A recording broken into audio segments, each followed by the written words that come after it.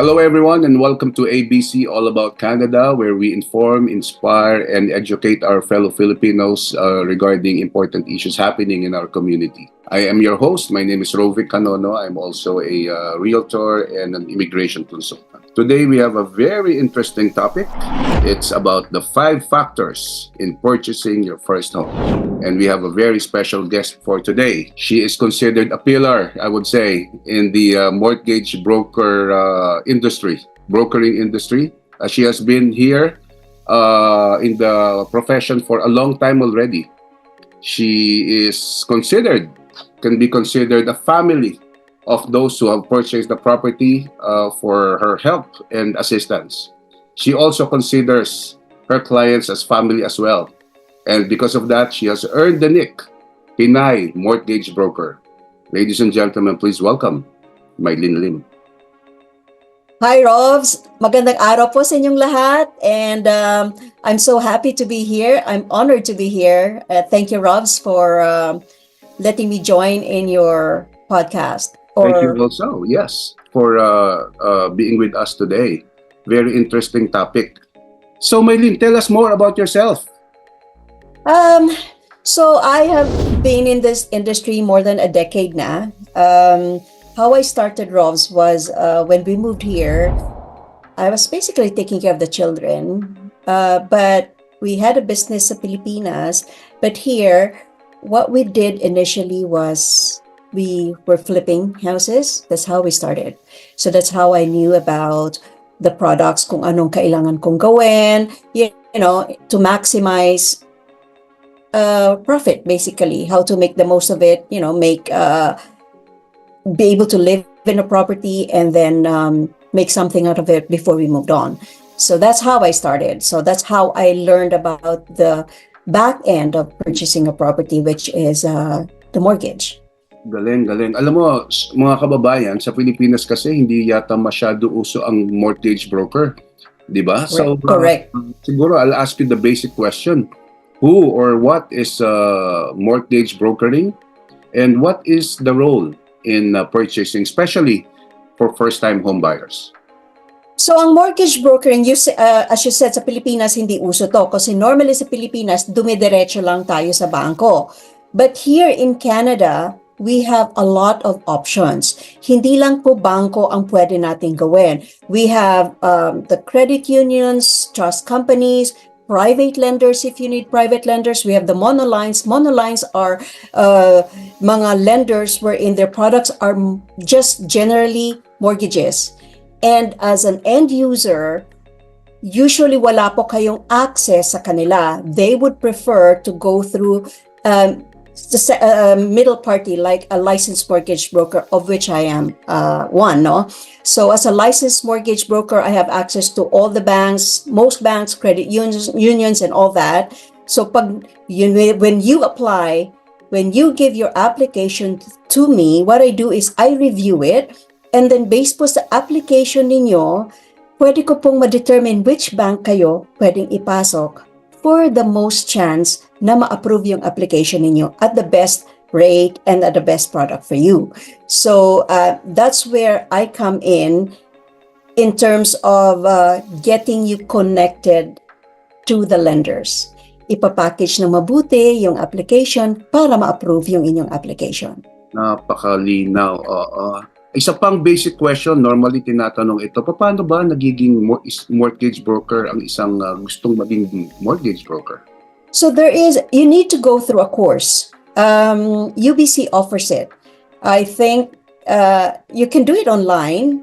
It's usually online, and then depends on you. It can take you about 2 years, 1 year, 2 years, depends on your pace on how to become a mortgage broker, and then you take an exam, and if you pass that exam, then you can get your license. However, having a license doesn't necessarily make you a mortgage broker in a practical sense. You need to know how to become one. You need to be connected with a mortgage house, just like in a realtor, diba? You need to be with a certain company, and then you hang your license there. So that's how you become a licensed mortgage broker. That is right. So mga kababayan, bago tayo pumasok doon sa 5 factors in purchasing your first home, which is our topic for today. Isa pang tanong, Yes. sigurado curious sila. Saan ka ba, ano bang province mo sa Philippines?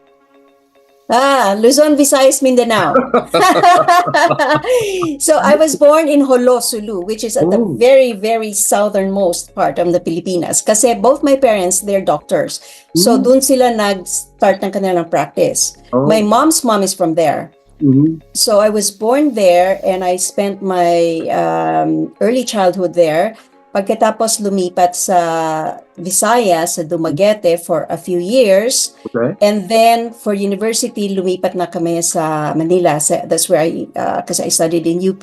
Uh-huh. So nandun na kami sa Manila for university. So I know how to speak Tausug. Nya, kabalo ko magbinisaya. And then marunong din ako magtagalog. Very nice. Very interesting. Marami pa gusto akong tanongin kasi ang ganda ng background mo pero Yes. proceed muna tayo sa mamaya ipasok natin yan. Proceed muna tayo sa ating topic. But before that, before the 5 factors to consider when purchasing your first home, what is the very, very first step muna na kailangan gawin ng mga kababayan natin in their plan to purchase the first home?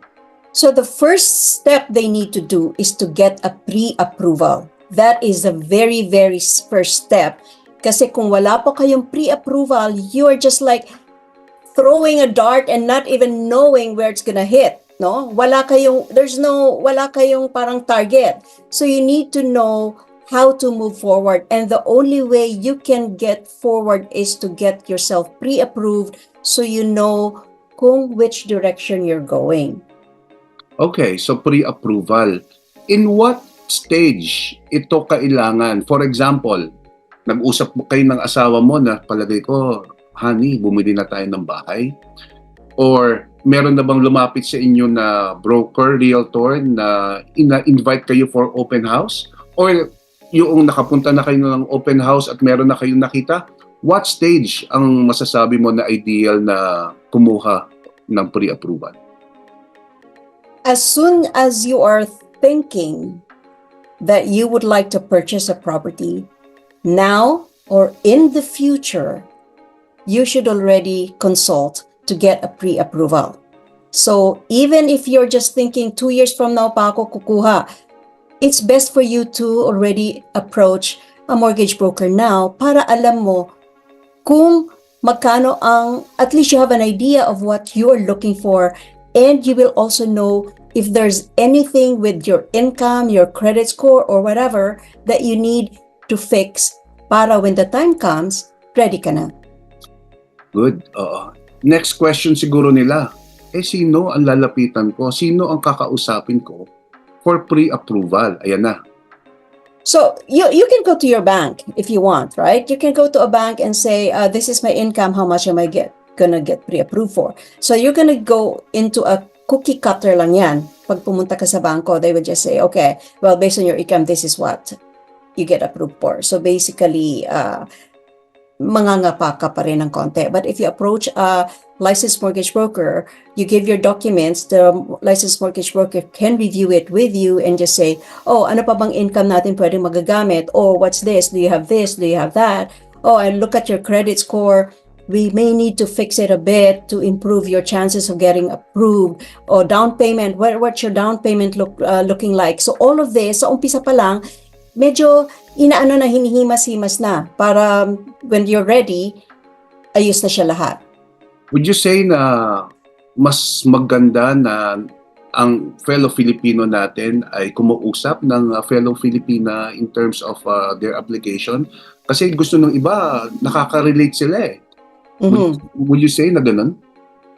Based on my clients, yes. They prefer talking kasi mas komportable sila to talk. Kasi iba rin kasi pag Pinoy ang kausap mo, pwede mong lambingin ng konti or something like that. Or you can ask questions which you normally, minsan nag-hesitate ka to ask pag medyo hindi kalahi yung kausap mo.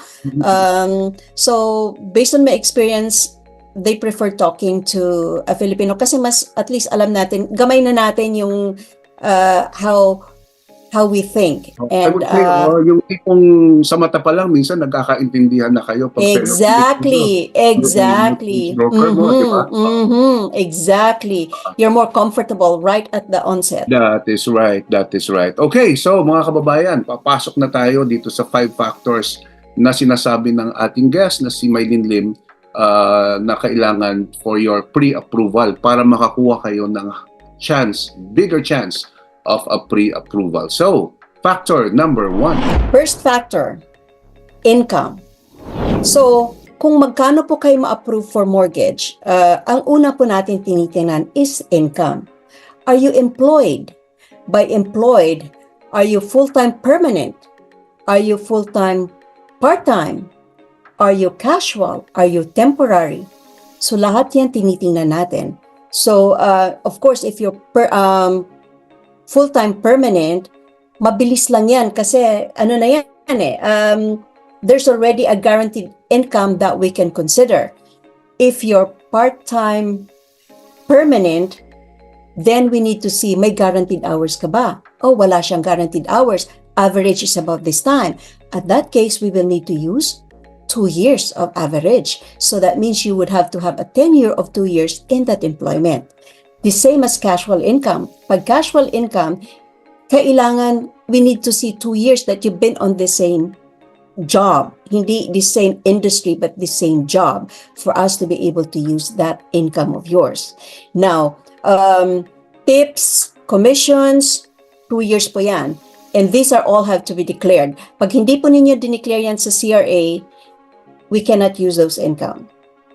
Alam mo, tama ka, maraming kababayan natin nasa hospitality industry. May marami silang tips, hindi nila alam na dapat nilang i-declare yon. Correct. So, very important, ano? correct. So they have to declare that. And it has to be, we're talking about taxable income, okay? We cannot use anything that's not taxable. Aside from employment income, of course, we have business for self-income. You know, if you have your own, yung mga, let's say, cleaning jobs, as long as you declare it's a T1 general ninyo, yes, we can use that. Rental income, if you're buying a property with a basement suite, then yes, we can use part of that rental income there. Retirement income, Canada Child Benefit, we can use that. So marami po tayong pwedeng gamiting income. So these are wherein, when you talk to a licensed mortgage broker, tinatanong na lahat yan. O ano, o sige, ano pa indadagdag natin? O may Canada Child Benefit ako. O magkano ang natatanggap mo? Ano mga age ng mga anak mo?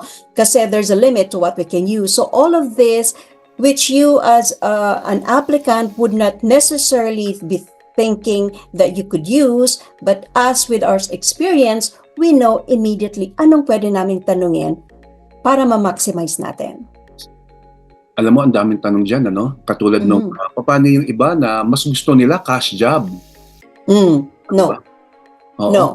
If you don't declare that income, we cannot use that. It may look good for you because you don't have to pay taxes for that, right? But then it's a deterrent when you're applying for a mortgage. Kasi cash job yung mga under the table, hindi po yan pwede. Hindi natin magagamit yan. So, mukhang ang general rule dyan, mga kababayan, kapag kayo ay nag-iisip bumili ng bahay, lahat ng natatanggap nyo, whether tips, talagang i-declare nyo yan.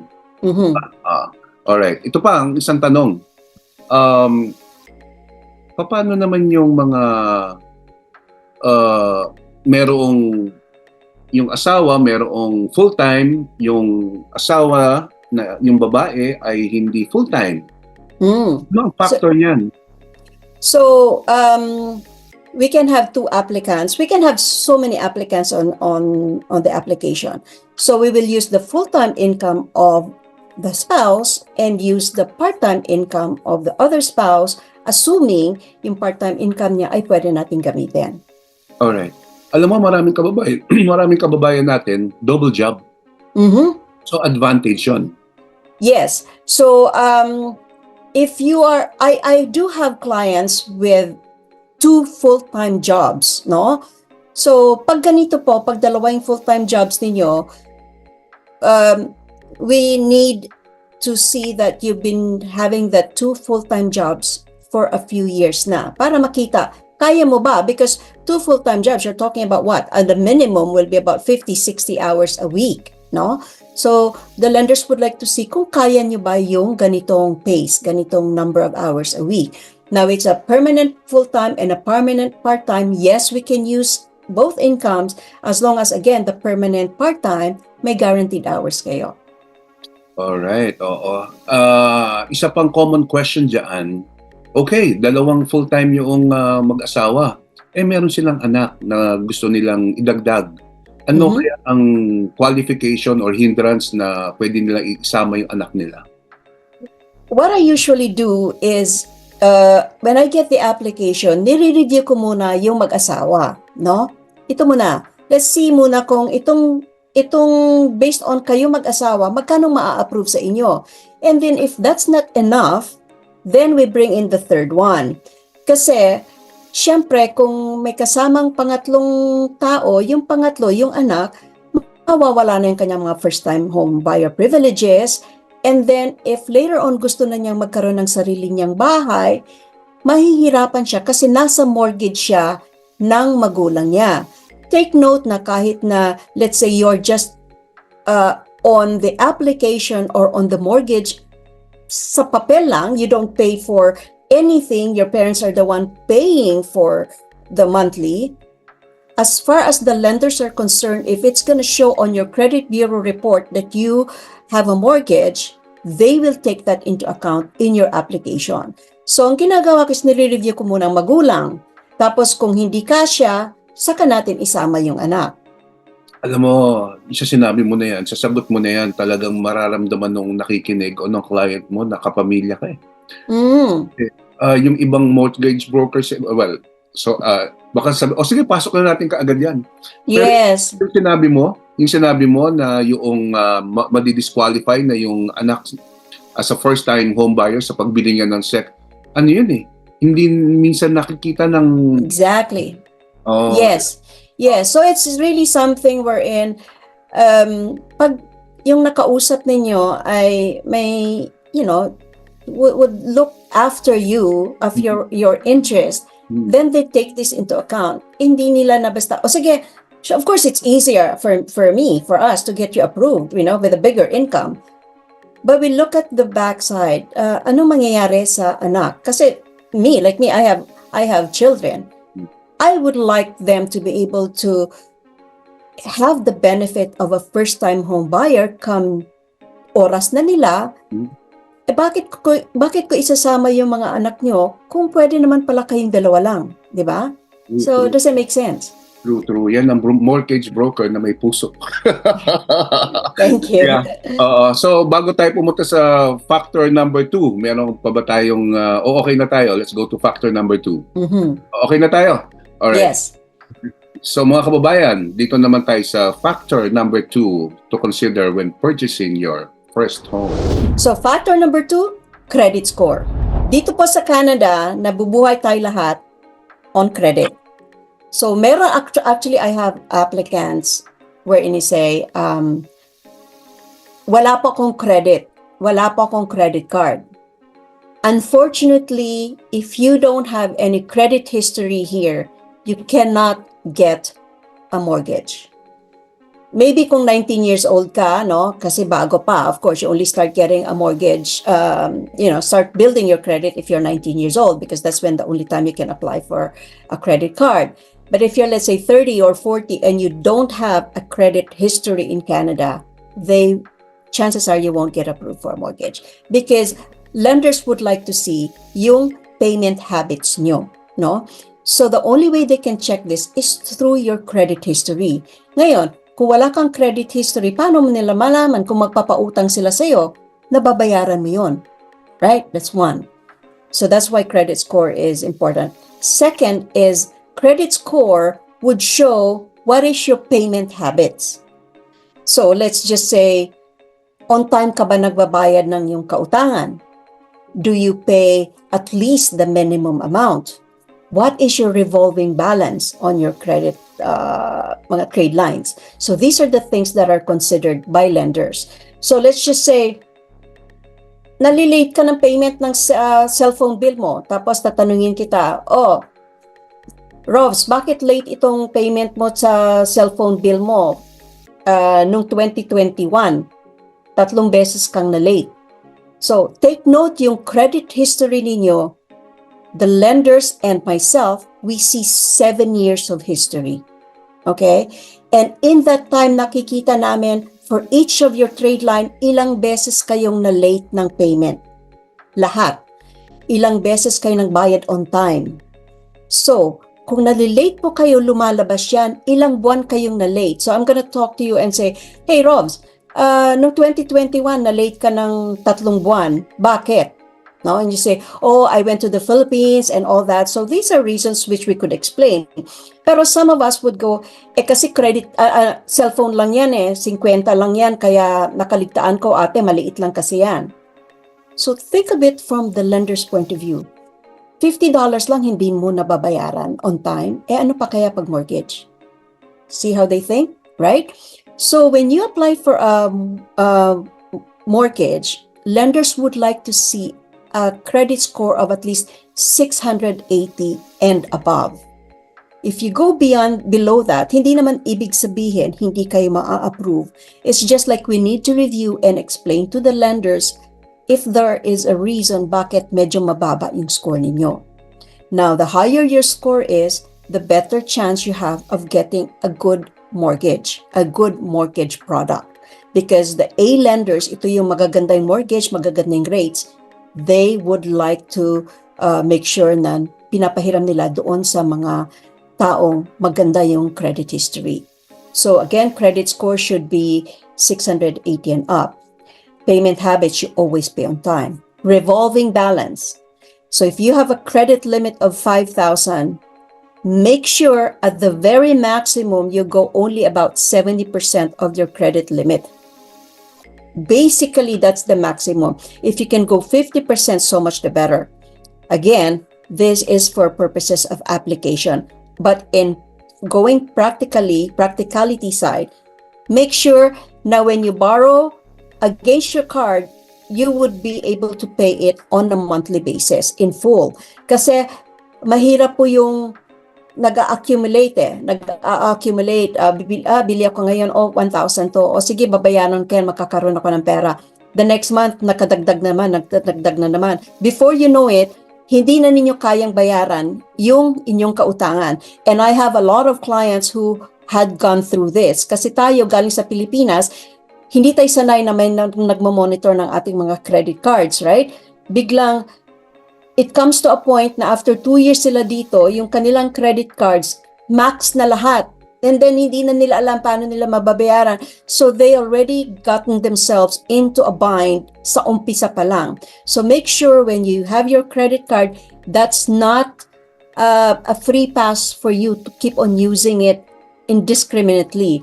What you have to look at is you just have to use it para lang makabili kayo for the convenience, and then you pay it off at the end of the month when you get your bill. Alam mo, yung mga tatanong ko sana, nasagot mo na Kasi yung mga kababayan natin ay talagang in reality, na ma-max out nila yung kanilang card.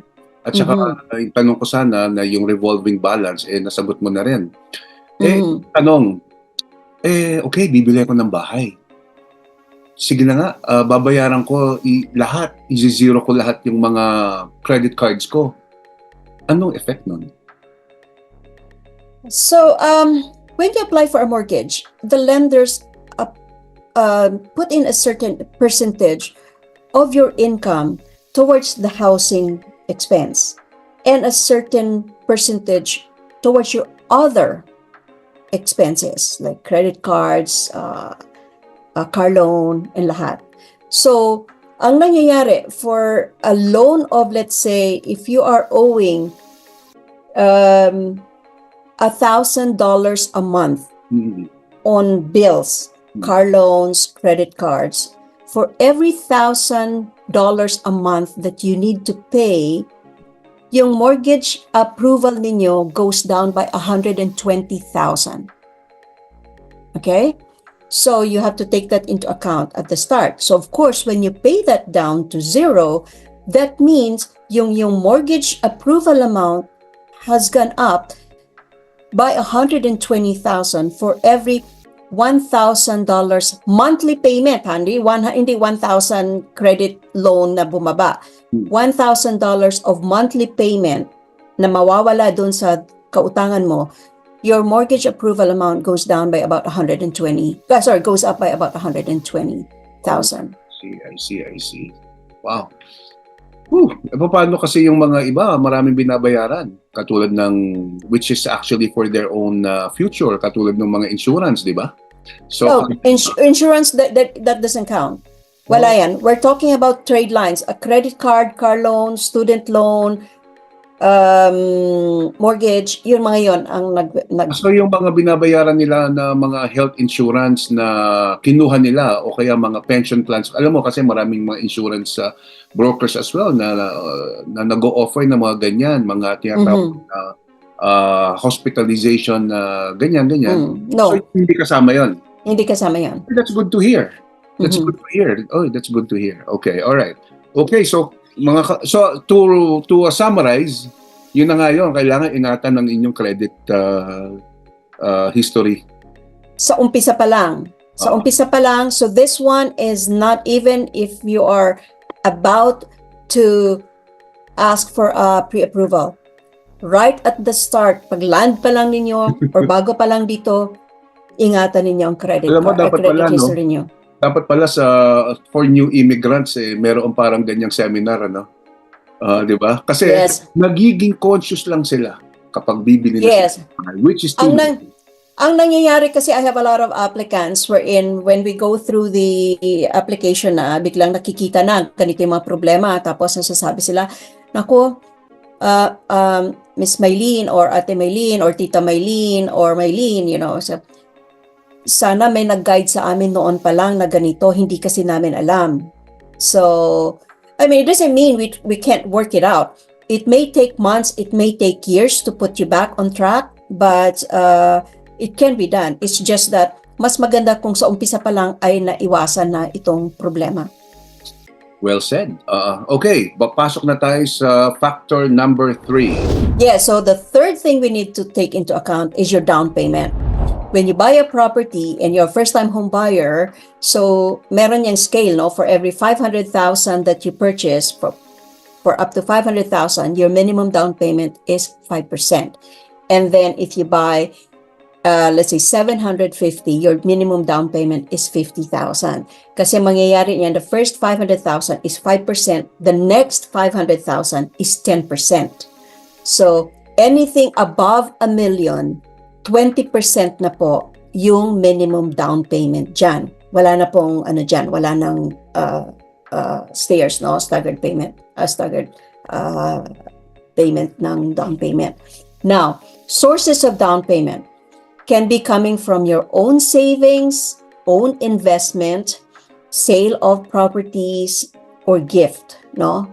Gift from family members, immediate family members, magulang, lolo, lola, anak, mga kapatid.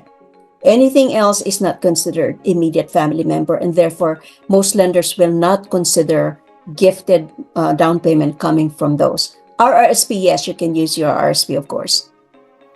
Paano kung meron kang property na binenta sa Pilipinas at gusto mo itong gamitin bilang down payment?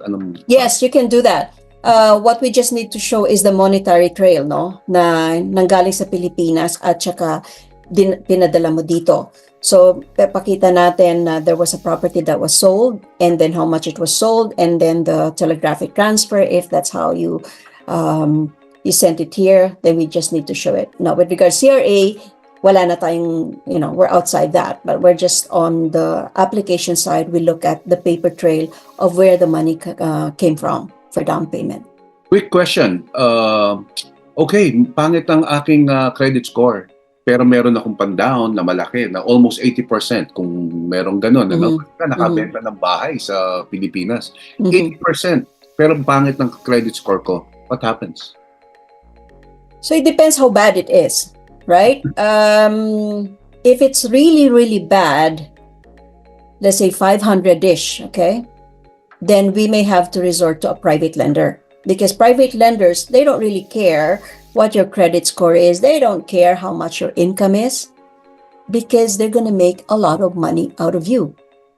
Their interest rates are so high, you have to pay a fee to get a mortgage through them, and you are only paying the interest. So let's say private lenders, normally they have your mortgage for a year, no? 1 year lang yan. And in that 1 year, you're only paying interest lang yan. At the end of the year, if you're owing 300,000, pagkatapos ng isang taon, 300 pa rin yung utang mo. Walang nabawas.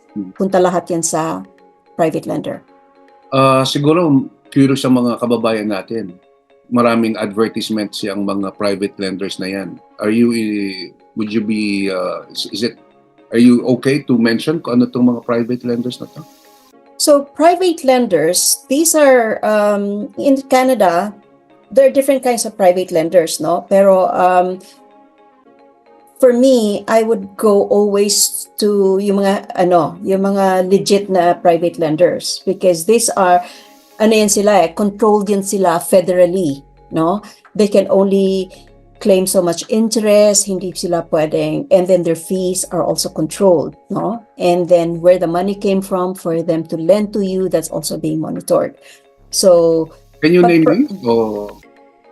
Oh yeah, we had like I deal with, let's say, Aria, I deal with Cove Mortgages, Alta West. So these are samples Yung mga of naririnig sa advertisement, yung Capital,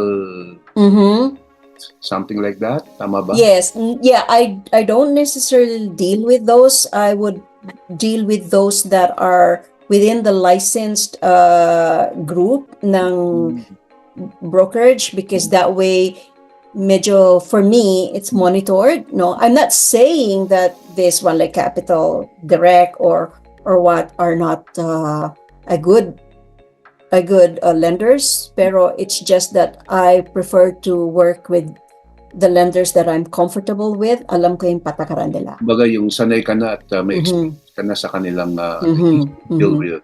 Okay, well noted. Okay, yan na po ang third factor natin to consider when purchasing your first home. Papasok na po tayo sa pang-apat. Yes, and pang-apat natin is your debts and liabilities. So this is in conjunction with your credit score, no? Kasi when you apply for a mortgage, nakikita natin kung magkano kautangan mo, no? So the more debts you have, normally, makikita mo medyo mas mababa yung ating credit score, no? Kasi we may be living beyond our means. So debts and liabilities. So magkautangan po kayo. When you apply for a mortgage, we need to take into account magkano yung kautangan ninyo para malaman natin kung magkano na lang ang natira para pambayad ninyo sa mortgage. Right? Because it's not like, oh, I'm applying for a mortgage, I have 100,000 of income. And usually lenders would look 39% of your income, gross income, to go for the housing expenses, no? Housing cost. Pero kung sa 39% na yon, ang binibigay nila for the other cost is 5%. You have about 5% for your student loan, car loans, and all that. So, pero kung yung 5% na yon na dapat ay na-allocate ninyo para sa ibang mga kautangan ninyo, actually is taking up more of your allocation for your housing loan, bababa yung amount na pwede ninyong ma-apply for your mortgage, no? Kasi in total, ang gusto makita ng lender, lahat ng kautangan mo will only comprise 44% of your gross income. Okay? So kung let's say 100,000 yung income mo, only 44,000 will go towards your car loan, student loan, mortgage, lahat yan. So that's 44,000. So 44,000 divided by 12, that's about 3,600 a month for all your debts. Gusto nila kasi meron kang about 56% for your daily expenses, yung pagkain ninyo, yung pag-aaral ng mga bata, mga damit, a bit of all of that. So they would like you to be comfortable at least by only having about 44% to all your other expenses. So, kung 44% lang ang kailangan mo, tapos ang kautangan mo, let's say usually, car loan, 500 biweekly, 500 biweekly, 500 times 26 divided by 12. That's already 1,083 a month, no? Ang napupunta na doon sa, nababawas doon sa para sa mortgage mo. 1,083, what did we talk about earlier? That's already, ang iyong mortgage approval already went down by 120,000. So, you have to take into account ano yung mga kautangan ninyo and maybe pay down if you have maybe medyo may malaki yung, have set aside money for down payment. Then, ang ginagawa ko is nire-review ko how to maximize that money that you have set aside for your down payment. Let's pay this off. Kasi credit card, it's 19%, no? 20%. Bababaan natin to para mas malaki yung ma-approve sa inyo for mortgage. So, ito nire-review to in totality.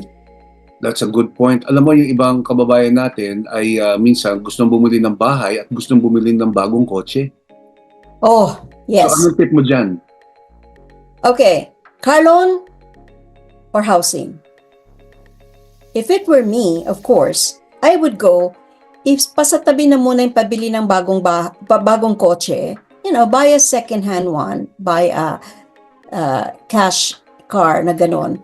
Kasi the moment na bumili po kayo ng car, you can be sure if you have a monthly payment of 1,000, medyo bumaba na yung inyong approval by 120,000. So, unahin na muna yung bahay bago yung kotse.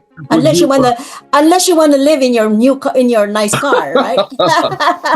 Would you advise na kung bibili ka ng kotse, ba-approve muna sa bank at i-purchase mo muna ang bank after a while, after bumili ng bagong kotse? Ganun? Yes, that's what I always say. Bago kayo bumili ng kotse, magpa-approve muna kayo, bumili muna kayo ng bahay. Pagkabili kayo ng bahay, then you can go ahead and buy the car. But of course, you have to take into account, kaya pa ba ninyo kung meron ng kotse at saka merong bahay, no? But between the two, what comes first is always the house first. Very good point. Yes. All right. So yun po ang pang-apat. I-review lang natin. The first factor ay income. Second factor is credit score. Third factor is down payment. Fourth factor, inyong mga liabilities and debts. Papasok na po tayo sa panlimang factor para kayo po ay mabigyan ng magandang approval sa inyong pag-purchase ng first home. The fifth factor is? The fifth factor is the property that you are purchasing. Kasi yung lenders, nagpapahiram sila sa inyo ng pera based on that property that you're purchasing. So they are investing on that property. Gusto nilang siguraduhin maganda yung property na binibili ninyo. Kasi kung bumibili ka na hindi maganda, syempre, malulugi sila kung sakasakaling hindi bumaba yung value ng property na binibili ninyo. So from the lender's point of view, they want to make sure that the property you're purchasing is a sound property to purchase. So they take into account how old is the property, the condition of the property, and of course, when we take that into account, kung magkano ang bibilhin ninyo, we need to take into account magkano yung strata fee, how much is the monthly or annual property tax, yung insurance, and all that. We need to take that because that's also part of the approval that you're gonna get. Very, very well said. So, ang bangko pala ay talaga concerned din doon sa property. Yes, of course. They want money that they are investing on the property, right? So they want to see on depreciation report. Of course, titingnan nila anong depreciation report. Oh, it looks like in 2025 you need to have 2 million expense for the repair of let's say the elevator or the roof. Yeah. Then they need to take into account yung strata ba, meron bang pera to do this? Kasi kung wala, ibig sabihin noon magkakaroon ng special levy para sa may mga owners ng units, which means they need to take into account, ito ba si Rovs na nag-apply ng mortgage, meron ba siyang 40,000 na naitabi na kakailanganin niya by 2025 for the special levy. So all these things they take Ang into galing, ano? account. Ang galing, ano? Ang galing. Mhm. Kumbaga, concerned din talaga sila. Alright. Mhm. So, maliban sa isang magaling na mortgage broker, pati yung lending institution mo rin pala, para bang nag-guide ka on your Yes. yeah, that's good. Yes. The Yes. beauty of Canada, no? The Canada system. Mhm. All right. Okay. Any final words, Mylene, our Pinay mortgage broker, para sa ating mga kababayan purchasing their first ever dream house? Alam po ninyo, pagpili po ng property, some of us, we may find it overwhelming because we don't know the process, no? Pero you just look for someone who can guide you right at the start. Kahit po wala pa ho sa isip ninyo na bibili kayo this year or next year, you already get someone on your side. You need a good realtor because the realtor will be reviewing all the documents that you're purchasing. You need a good mortgage broker because the mortgage broker will be guiding you to get the best mortgage product that you can get, and then and to help you look for the property na mabibili ninyo para you will be able to get that first home that you like nang komportable kayo. And definitely, ang isa sa mga tanong nila, how can they get in touch with Pinay Mortgage Broker? You can go to my website. It's mylenelim.ca. Very simple. There's my contact information are there. Or you can look me up online, Facebook page. I am on Instagram. I am on TikTok. It's Mylene Lim, Pinay Mortgage Broker. And I'll be more than happy to help you. Thank you so much. And we'll also flash the business card or whatever material meron ang ating guest, Pinay Mortgage Broker, para po sa inyong kaalaman. Thank you so much, Mylene, for all this information. A very big help sa ating mga tagapakinig. You're very welcome, Robs, and magandang araw po sa inyong lahat. Have a good day and stay safe. Thank you. So that's a wrap.